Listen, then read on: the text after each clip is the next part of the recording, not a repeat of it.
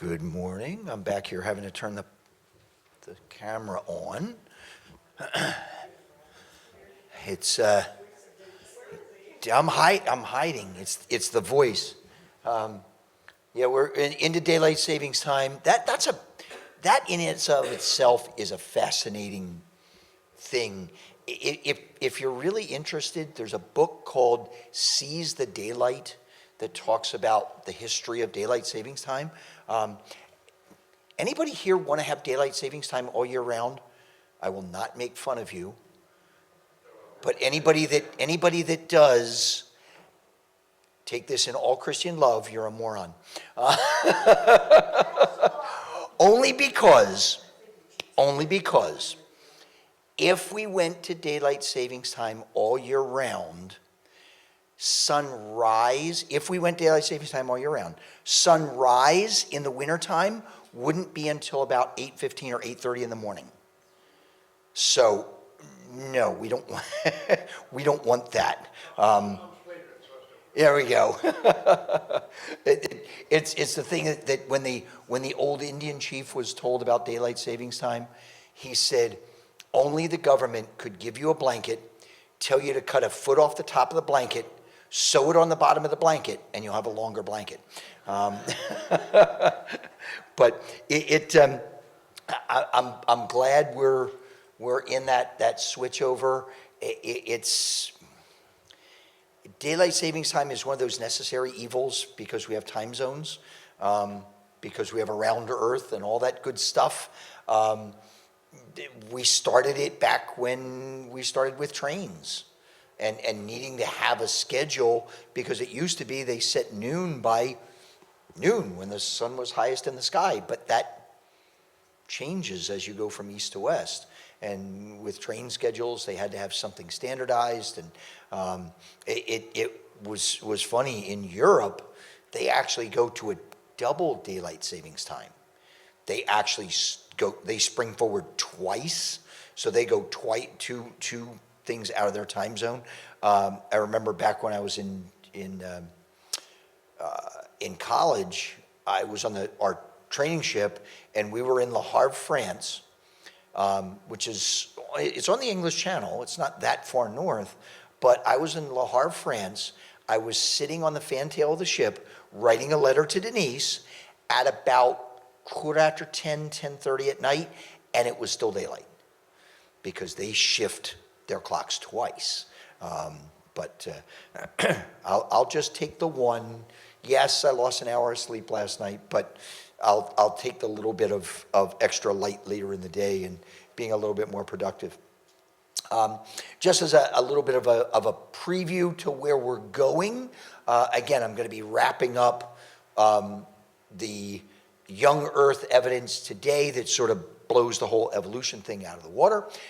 Next week I'll be away. I'll have a video all set up for you guys, about a half an hour video on the topic that we've been working on. Then the following week, so 2 weeks from today, which would be the 22nd, I think. Yep, 22nd. That will be our open question and answer.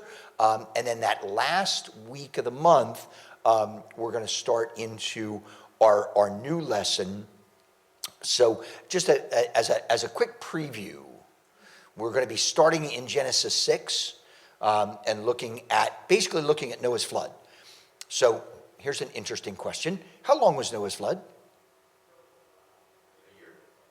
Yeah. Most people, 40 days and 40 nights. Not quite. Not quite. From the day the ark was closed to the day the ark was opened back up again, if I remember right, it was 371. He was in the ark for over a year. And we think about, 40 days and 40 nights of rain.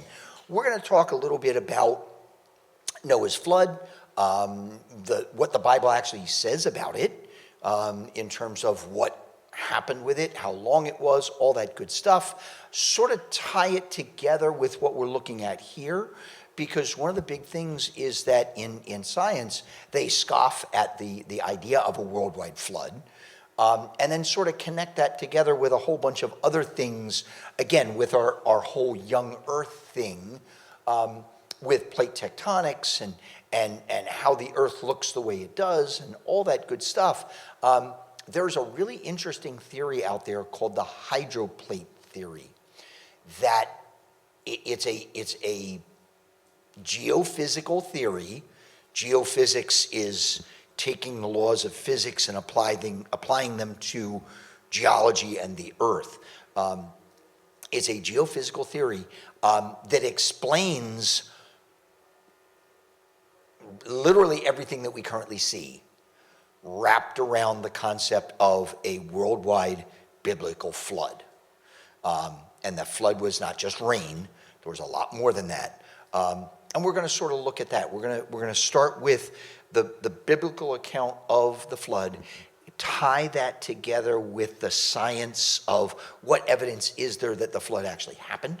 And then that is then going to wrap into the interesting beginning part of Genesis 6 that we always look at and skip. That whole thing of the sons of God saw the daughters of men and they were fair and took them as wives, and the Nephilim and all that thing that we sort of read and go, oh, that's kind of cool. Oh yeah, then there was this guy Noah, and it goes from there. But there's the first 6 verses or so of Genesis 6 that we sort of look at and go, that's interesting, and just keep going. So that's sort of my plan, looking at the flood and the biblical and scientific basis for the flood, and then go on to the whole Nephilim thing. That'll probably take us to the beginning of the summertime, and then we'll see what we'll do for our next study from there. So where we had stopped, we're in the whole debunking evolution part here. And the whole point with evolution is that in order for evolution to work, in order for evolution to be legit, you've got to have a long amount of time. And what we are looking at, we are taking and using the geologist, the secular scientist worldview of uniformitarianism, that processes that are happening today have happened in the past and essentially have continued to happen the same way from the past into the present. It rejects the mindset of catastrophism, all right? A catastrophic single immediate event. Usually when we think catastrophism, we think the flood. That's the big one. But there's other ones that are catastrophic events too. Earthquakes and volcanoes and events like that are catastrophic, single, quick, one-time events that are not long, gradual processes. So we're going to use their own evidence against them to show that, is the Earth old or is it young? And to blow through really quickly some of the ones that we had talked about. We talked about the decay of the Earth's magnetic field. If we go based on that, the Earth is about 10,000 years old. Sediment from the oceans into the oceans from rivers. If we look at that rate, with the rate at which sediments are going into the oceans from the rivers, the oceans would have been filled up in about 30 million years. River deltas like the Mississippi Delta, the Amazon Delta, the Nile Delta, should take about 5,000 years to form, given our current rates of formation. Natural plutonium, there's an element called plutonium that's radioactive that we do still see. If it was formed at the formation of the Earth, the way that they say, that should already be gone by now, unless the Earth is younger than 80 million years. Short period comets, we talked about like Halley's Comet. We shouldn't really see any short period comets if the Earth is any older than 10,000 years old. I think this is the one that we had stopped with. Titanium, the element titanium does get washed by rivers and things like that into the oceans, and based on the current increase of that particular element in the oceans, the Earth should only be about 160 years old. Now, let's stop on that one for a minute. Very obviously, the Earth is older than 160 years old because our country is 250 years old, and it's been around for longer than that. We know the Earth's been around for longer than 160 years. The point being that these are all uniformitarian processes that they say, radiometric decay and all that kind of stuff ages the Earth at 4.5 to 5 billion years old. But they just use that one particular process. We already talked about the difficulties with that process and the errors with it and the problems with it. And if you just cherry pick that one, you can maybe get a 4.5 or 5 billion year old Earth. But what about all these other processes? Barium, which is a different element, same process coming into the oceans. The Earth should be about 84,000 years old. Dust on the moon, all right, with impacts of meteors striking the moon's surface. Every time it impacts, dust is thrown up. They actually, when they landed man on the moon, they did land man on the moon. All right, we won't go on to that one. The funny thing with that one is that people nowadays, they look at it and they say, oh, well, they faked it and they did it all in a movie studio and all that good stuff, because they're looking at what we're able to do with movies today. That was 50, 60 years ago, and the technology for making movies back then was not very good compared to today. And they, no. Plus, what did Ben Franklin say? Three people can keep a secret if two of them are dead. Well, in order to have that landing on the moon be a hoax, you would have to have not 3, but about 300,000 people were involved with NASA and with the landing on the moon program, and all of them would have to keep their mouths shut that this was a hoax. I don't think so. But they thought, they were afraid when the spacecraft landed on the moon that it might sink into the dust, that the dust on the surface of the moon could be 10s or 20s or hundreds of feet deep. And it turned out it was only about like this. With that kind of accumulation, with the rate that they estimated, the moon and the Earth should only be about 200,000 years old.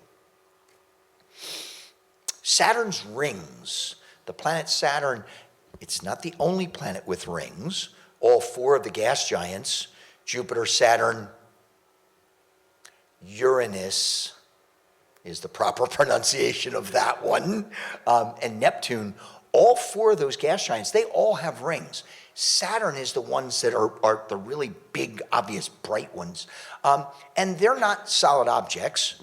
They're billions and billions and billions of individual little particles, little tiny moons, rocks anywhere from the size of a fist up to the size of a sofa, orbiting around Saturn. But those orbits decay. They gradually deteriorate, and those particles gradually get pulled in to Saturn's gravity well and get destroyed. But Saturn's rings are really big, they're really obvious. Saturn should not be any more than or Saturn's rings should not be any more than about 1 million years old. And yet they say that our solar system is 5 billion years old. The cooling of the Earth by heat loss, and again, we'll talk about that a little bit when we get into hydroplate theory.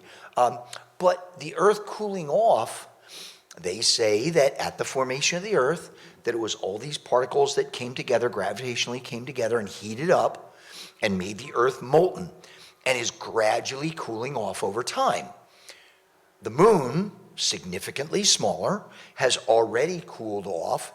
It is pretty well solid all the way through, no magnetic field, very few what we call moonquakes. We don't call them earthquakes on the moon, but very, very few because of very little tectonic activity. Mars, same thing. Relatively small core, much weaker magnetic field. And if we go by the processes that are going on right now, the Earth is cooling off. Every time we have a volcanic eruption, that is releasing heat from the core of the Earth and being released, and the Earth is gradually cooling off. By that estimate, the Earth should be about 24 million years old, not 4.5 or 5 billion. Calcareous ooze. I love that. Calcareous ooze. There's little microscopic organisms called plankton, and they have calcium carbonate shells. When they die, those shells sink to the bottom of the ocean, and it forms a layer of sediment on the bottom that we call calcareous ooze. With the depth that is on the bottom of the ocean, the Earth should be only about 5 million years old. If the Earth is older than that, we should be seeing significantly deeper layers of this stuff on the bottom of the Earth's surface, or the bottom of the ocean floor. Iron going into the ocean. There's another one that's really short, 140 years old. And manganese, 1400. Now again, there were those three that are very obviously incorrect. The point being, if those three are wrong, what tells us that any of these other ones and the whole concept of uniformitarianism, what's telling us that any of those are correct? There's a question. So that was a list of maybe about 15 or 20. There are over 65 individual processes based on uniformitarianism that we can use to be able to figure out the age of the Earth. And the problem is, those processes give us an age of anywhere from 500 million years, which is less than 10% of what the evolutionists need. They give us that 5 billion, to less than 150, which is that obvious impossibility. Well, it's the same Earth. All those processes are happening on the Earth. Obviously, they have not all been happening at the same rate over time, because they're all giving us wildly different values. Evolutionists have to have an old Earth. They have to, in order to have the exceedingly long amount of time for their version of evolution to occur. And we've already talked about how evolution and the whole concept of it adding information to DNA is ridiculous to start with. So we've looked at two worldviews. The mainstream science worldview of the Big Bang Theory and evolution and all that stuff, and then our creation worldview, the universe being brought into existence by an all-powerful, all-knowing, merciful God that created the universe and created the Earth specifically for us to inhabit. With all the evidence that we've looked at, and I used to say this to my physics students, I used to do a 3-day lesson on the physics of the Kennedy assassination. And I would basically do sort of the same thing I'm doing right here. Here's what the Warren Commission says, the single bullet theory, and then here's what the conspiracy theorists say, multiple gunmen. I'm going to give you the physics evidence, and like Fox News says, we report, you decide. Which of our two worldviews is more consistent with all of the evidence that we have looked at? And this is just a brief overview. This really is a very brief overview.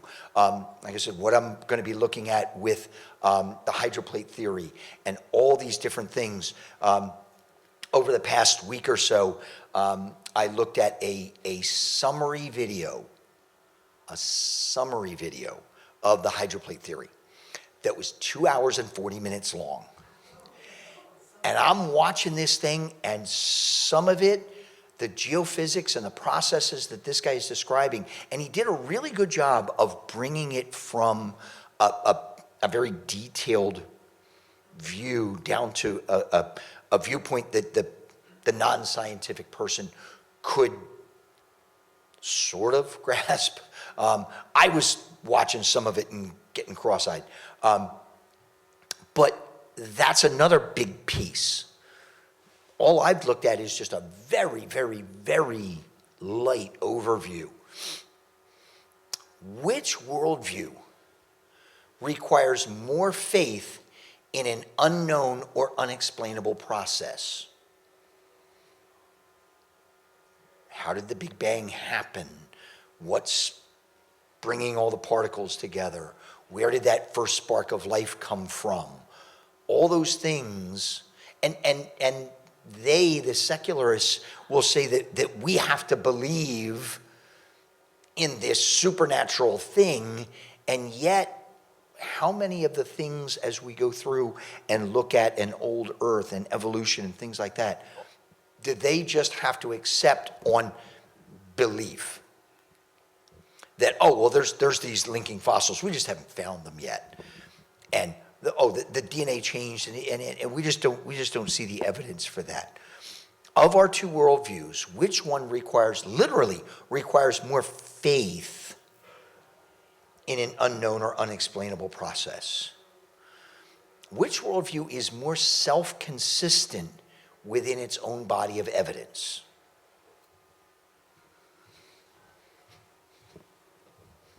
That body of evidence, or the body of evidence that we looked at for secular? I know which one I think is. There's a book written called I Don't Have Enough Faith to Be an Atheist. And it's a guy that looks at a lot of the beliefs of the secular worldview and the atheist worldview, and how many things that they have to believe by faith in something. We know what we have faith in. We know what we believe in, and what entity we put our faith in. What entity do the atheists put their faith in? Man, I don't have enough faith to be an atheist. A bunch of reference works, and again, I will, if you want, I can email you the 3 PowerPoint slide decks that I've done for the class. Science in the Bible, Henry Morris is from the Institute for Creation Research. The overwhelming majority of the stuff that I've put together for this does come from the Institute for Creation Research. Notice Henry Morris pops up there quite a bit. Science, Scripture, and the Young Earth, Biology Through the Eyes of Faith, What is Creation Science? There's a Bible called the Defender's Study Bible that is put out by the Institute for Creation Research. It's in the King James Version, and basically it goes through, just like in the very first section we talked about, where I brought in a lot of areas where these are scientific discoveries, and these are Bible verses that sort of tie into those discoveries. It has a lot of footnotes and reference notes in that one, the Defender's Study Bible. The Institute for Creation Research. I just found, what was that one I just found, Niece? The one with the book that we're going to be using. I can't remember the name of it. I think it's creationscience.com is the website. And it's the geophysicist that came up with the hydroplate theory has actually put his entire textbook. It's this monster textbook. Denise and I had gone to a Science in the Bible conference 10, 15 years ago. And the speaker was referencing this, at that time, relatively new theory, and the textbook that he had put out. That book is actually available online as a PDF file that's available online for free that I used for some of the stuff. And I'm going to be using for some of the things that we got coming up. ICR.org is their website. my funny little Darwin there. And not just today, but at any point, if you would ever have a question, if I don't know the answer, I'll BS it. No, I'll find the actual answer. But 2 weeks from today, We are going to have this open question and answer thing. If I'm not sure of the answer, I'll find it and get it for you. If there's any, we've got a couple of minutes. Any quick questions on what we've taken a look at, or topics that you might have a question on that I can then take a look at for 2 weeks from now? You had mentioned that, you don't have an answer. I always thought it was always, if I don't have an answer, I'll make one up. Of course. Don't they say 95.3% of all statistics are made up on the spot? A true statement. Abraham Lincoln said that 95% of everything you see on the internet is garbage. So, I mean, it's bad. You really do have to be discerning as you look at stuff, regardless of what it is. I mean, even in researching stuff for this, you go through and you look at some of the videos and you look at some of the sources. You really truly have to be discerning as you go through and are looking at these different things and look at the evidence and look at the different presentations and things like that. But were there any particular topics that you need a little bit better explanation of, questions on, like I said, that I can start preparing for 2 weeks from now? Good. What is I've heard it termed adaptation evolution. For example, like, let's just say a penguin who was born in a specific climate, biological area, and through, you want to call it global warming, you want to call it whatever you deem, whatever explanation they deem as necessary at the time. Okay. But the adaptations in the physical body and biology of certain species, That's what do you feel? adaptation is not evolution. Adaptation is adjustment of populations. And that the prime example of that one that the evolutionists use as, this is an example of evolution. No, it's just evidence of adjustment of population, is that spotted moth in England, okay? The one that 1,000 years ago, this particular moth comes in two varieties, white wings with dark speckles or dark wings with light speckles. And the trees in England are covered with a stuff called lichen. That's this light-colored stuff with dark speckles. And the moths, the light-colored moths with dark speckles, when they sit on those trees, the predators don't see them. So they hang out there and great. Whereas the dark-colored version stand out against the trees and tend to get eaten. So when you look at the population, the overwhelming majority of the population of that moth is the light-colored one with the dark speckles until the Industrial Revolution. And a lot of coal and that kind of stuff, and that coal dust gets on the trees and it kills the lichens, so now the trees are dark. And now when we look at that population of that moth, the overwhelming majority of that population are the dark ones with the light speckles. And all the light ones have gotten chomped because their environment has changed, the population adapted.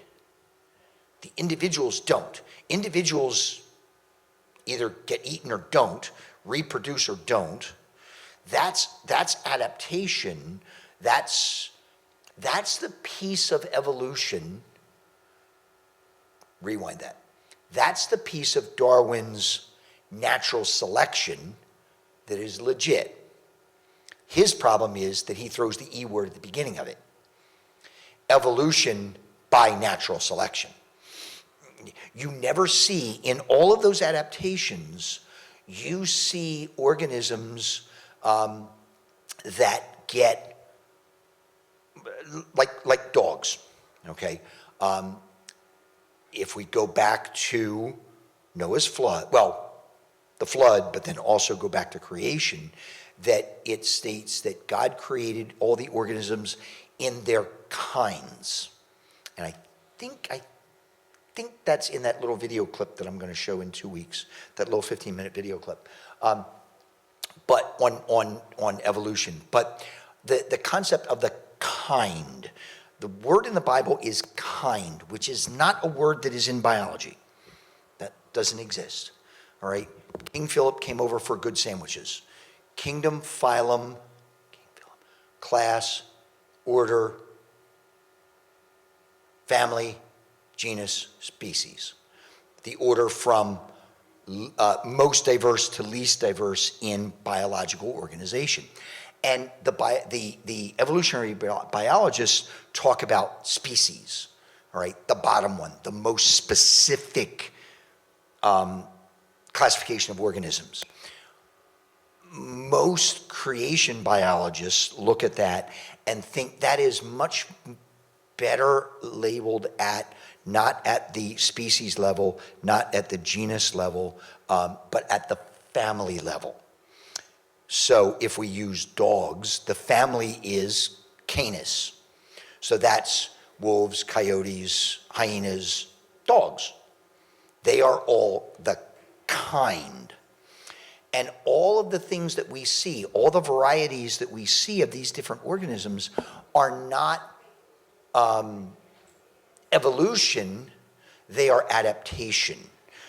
If you take 3 dogs, a long-haired dog, a medium-haired dog, and a short-haired dog, and you put them at the equator, and they massively oversimplify it with having 2 long-haired genes and 2 short-haired genes, and you get 1 gene from each parent. You need 2 long-haired genes to be long-haired, 2 short-haired genes to be short-haired, and 1 of each to be medium-haired. If you take the long, the medium, and the short-haired dog and put them at the equator, the long-haired dogs and the medium-haired dogs die and don't reproduce. The only ones that are left are the short-haired dogs that carry 2 short-haired genes that breed with another organism that have 2 short-haired genes and produce short-hair offspring in the places where it's hot. But nothing has changed about the organism. It's an adaptation. It's not evolution. They're still dogs. They're still part of their kind. And but because what you never see in that process is 2 dogs mating and producing a cat. Doesn't happen. That's the thing. That's that step. When they talk about adaptation, you're talking about changes within a kind, changes within a particular type of organism, like us.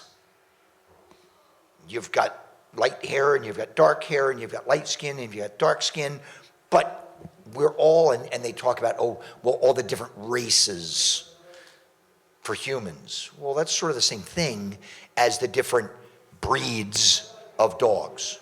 It's that variety within humankind. 2 humans don't reproduce and produce a cat, or 2 humans don't reproduce and produce a monkey. That doesn't happen. They make different human beings that all have specific features, but all within the kind that are people. And they try to use that word adaptation as a synonym for evolution, and it's not. It's not. It's all within population. So we'll wrap up right here. Again, if you think of any questions, write them down. If you would like the PowerPoint slides, give me your email.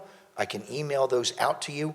I have them on PowerPoint. I can send those out to you. You've got my notes for it. All right. So let's close in a word of prayer. Lord, thank you so much for the day that you've given to us. Thank you for your healing hand, finally getting rid of the vast majority of this cold that I've had, Lord, and for being able to allow me to be able to do the presentations over the past month or so. Thank you for this group of people coming out and for their attentiveness and their desire to learn, Lord. I thank you just for putting you in front of me, Lord, that it's not me doing the presentation, but it's you. it's your message that I'm putting out, Lord. Pray that you would be with us, be with the service, be with Pastor, with his face and his pain, and the message that you're going to bring forth from him. Again, put you in front of Pastor Zach, Lord. We want your message to come forward. We want you to shine forth and not man, Lord. All these things we ask and thank you in your son's name. Amen.